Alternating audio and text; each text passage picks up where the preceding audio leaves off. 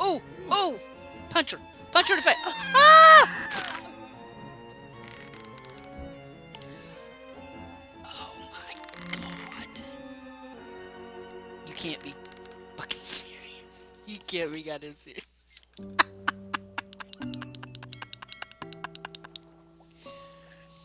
Oh my god. That is so ridiculous. That's right. If you ever need a break from Narracott, Charles Morley is in the London Directory. Treat her right, Narracott. As far as I'm concerned, you're a better man in a tight spot than Phil ever was. This little sailor boy isn't going near the sea for a long time to come. Will you listen to me now? If you insist. Hugo and Cyril went down to the beach early that day.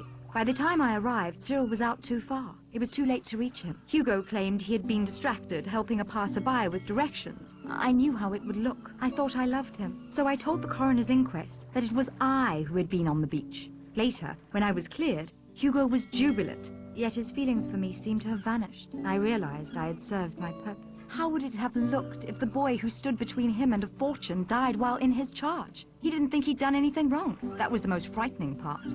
Cyril wanted to swim out to the rocks. All Hugo did was let him. Mr. Owen invited the wrong guest. It should have been Hugo out there. No. I should have told the police the truth in the first place. I will now. I have no more right to subvert justice than Mr. Owen. Where is your brother? Plymouth, turning himself in. Thanks to your and Morley's statements, he's sure to be exonerated. And us? Are you still confused? No. I'm certain now. What about you? Well, there's another ending to that 10 little sailor boys rhyme. One little sailor boy left all alone. He got married, and then there were none. Uh-oh. Oh, kizzy, kizzy, kizzy. Mwah! Wow. Wow. Silence, please. Oh, shh. I have prepared a special reward for you.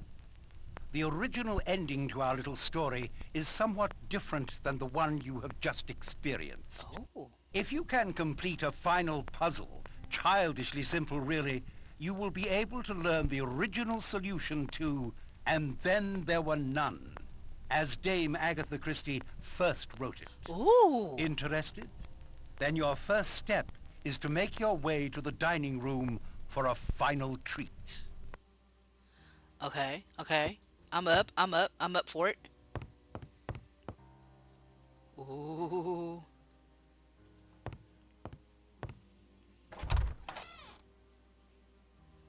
Okay. What? What?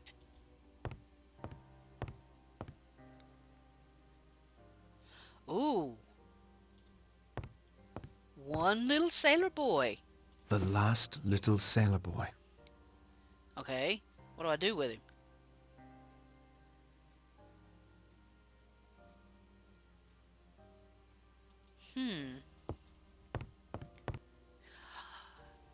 If I'm supposed to see the last, how it happened, of course I need to go to the screening room, right?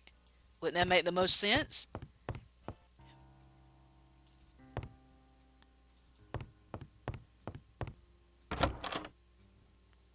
But how am I gonna... I don't have a film or anything, do I?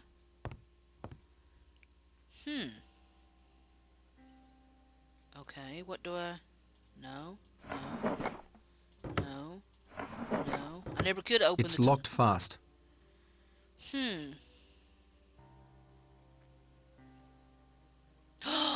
Ooh.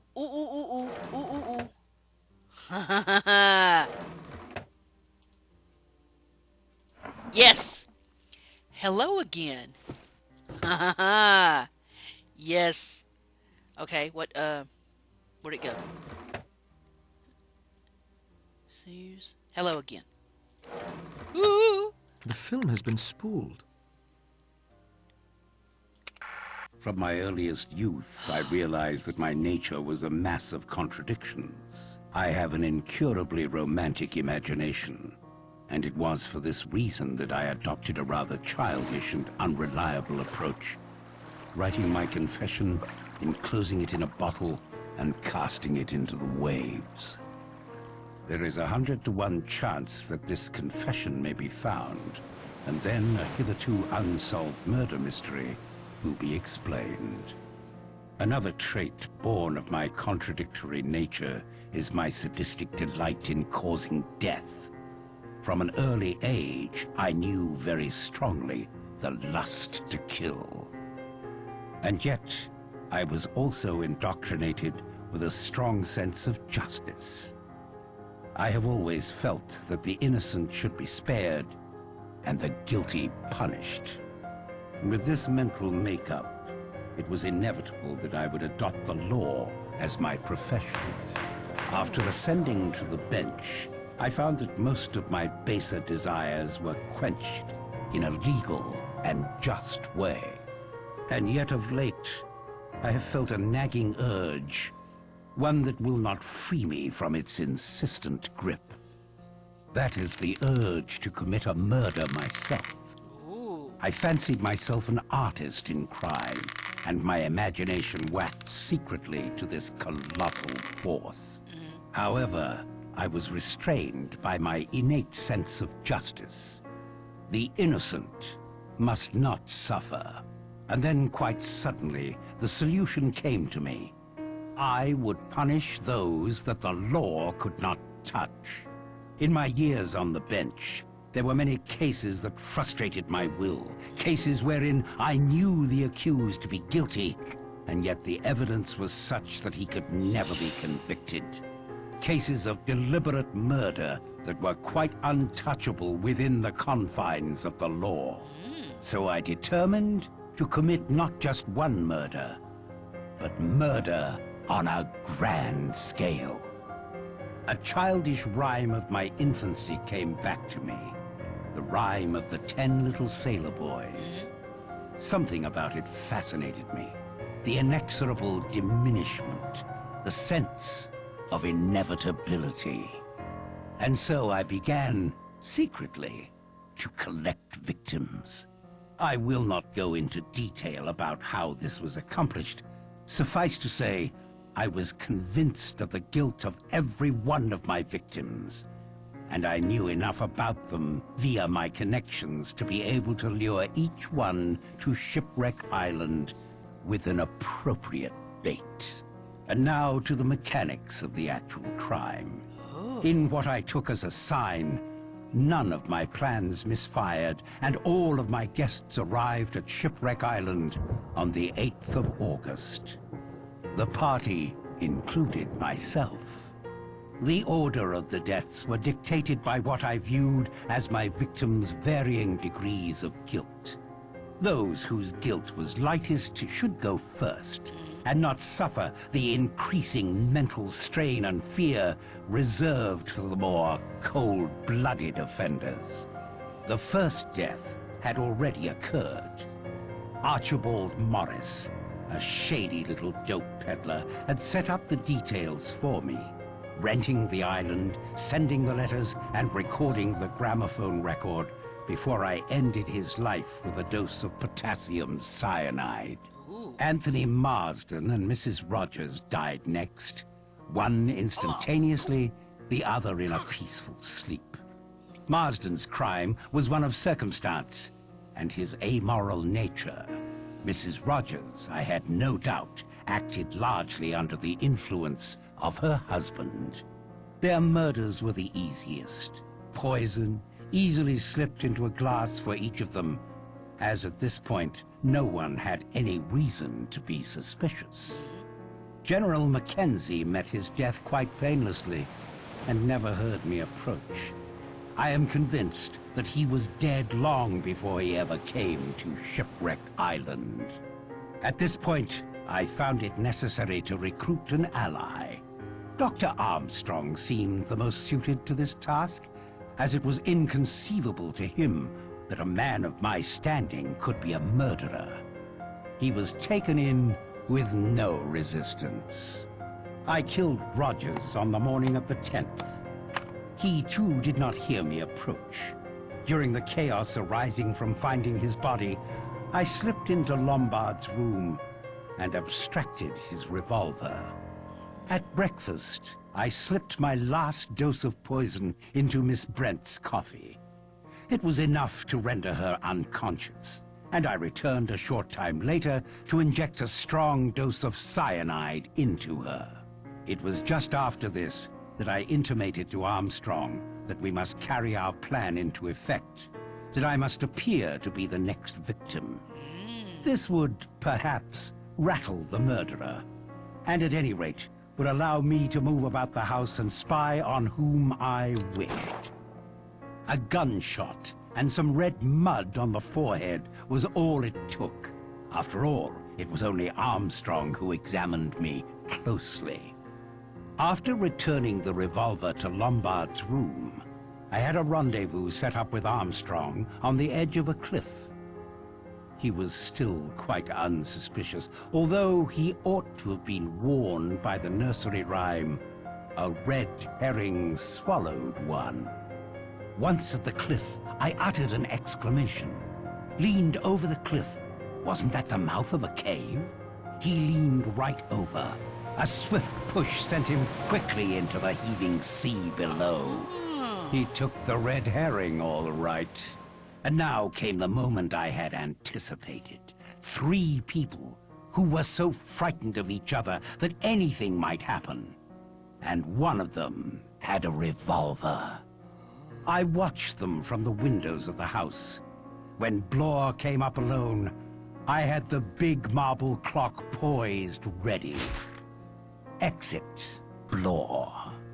From my window, I saw Vera shoot Lombard. I always thought she was a match for him and more. I then immediately set the stage in her bedroom. It was an interesting experiment. Would the knowledge of her own guilt, the hypnotic suggestion of her surroundings, and the nervous tension of having just shot a man be enough to coerce her into taking her own life? It was. Vera Claythorne hanged herself before my very eyes as I stood in the shadow of the wardrobe. And now I shall finish writing this. I shall enclose it and seal it in a bottle and throw the bottle into the sea. Why? Yes. Why? I suppose I have a pitiful human wish that someone should know just how clever I have been. I must go now and finish this. It is essential that my body be found in accordance with the record kept by my fellow victims. My own life is of no consequence. My doctors tell me I have a month to live at most. I do not wish to die the death of the invalid patient, steeped to the gills in drugs, culminating in a complete loss of human dignity. I will instead be found laid neatly in my bed, shot through the forehead.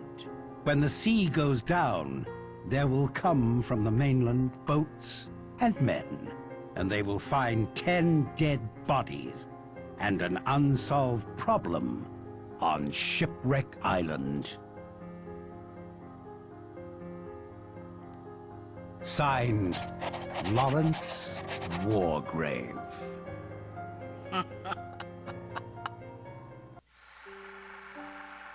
Wow. Wow. That was awesome. I had forgotten that. I forgot about the actress and the alternate ending. There were actually a couple ways I could have ended this. When it came to Lombard at the bonfire, I could have wasted time and walked around and went to the ship point and just found him dead. But I chose to save him, and I found out he was Charles Morley. I could have went to the bathroom door at the end of the talk, and Vera would have got shot. But of course, I knocked the unknown Owen, the lady, in the head. So, and there's different endings. It depends on who is saved and who died. Narracott, Lombard, and Vera are saved. Me and Lombard, Morley, could have been saved. Narracott and Vera could have been saved, or I could have been saved alone. So, wow. This was absolutely so fun to do. I haven't played this in so long. It was so awesome to do it with you guys. And I hope you enjoyed. I know I did. And I will take a break from doing a mystery for a couple of weeks. And then I will be back with another one, and I hope you enjoyed it. I hope you enjoyed this one. I know I did. This is one of my all-time favorites. So, let me know what you think. Did it turn out the way you thought it would? Did you have the killer picked from the beginning? Even having played this, like I said, it's been a long time, but I was totally still off. So, there you go, guys. Agatha Christie's, and then there were none, and I am so out of here. Thank you for joining me. See you next time. Later.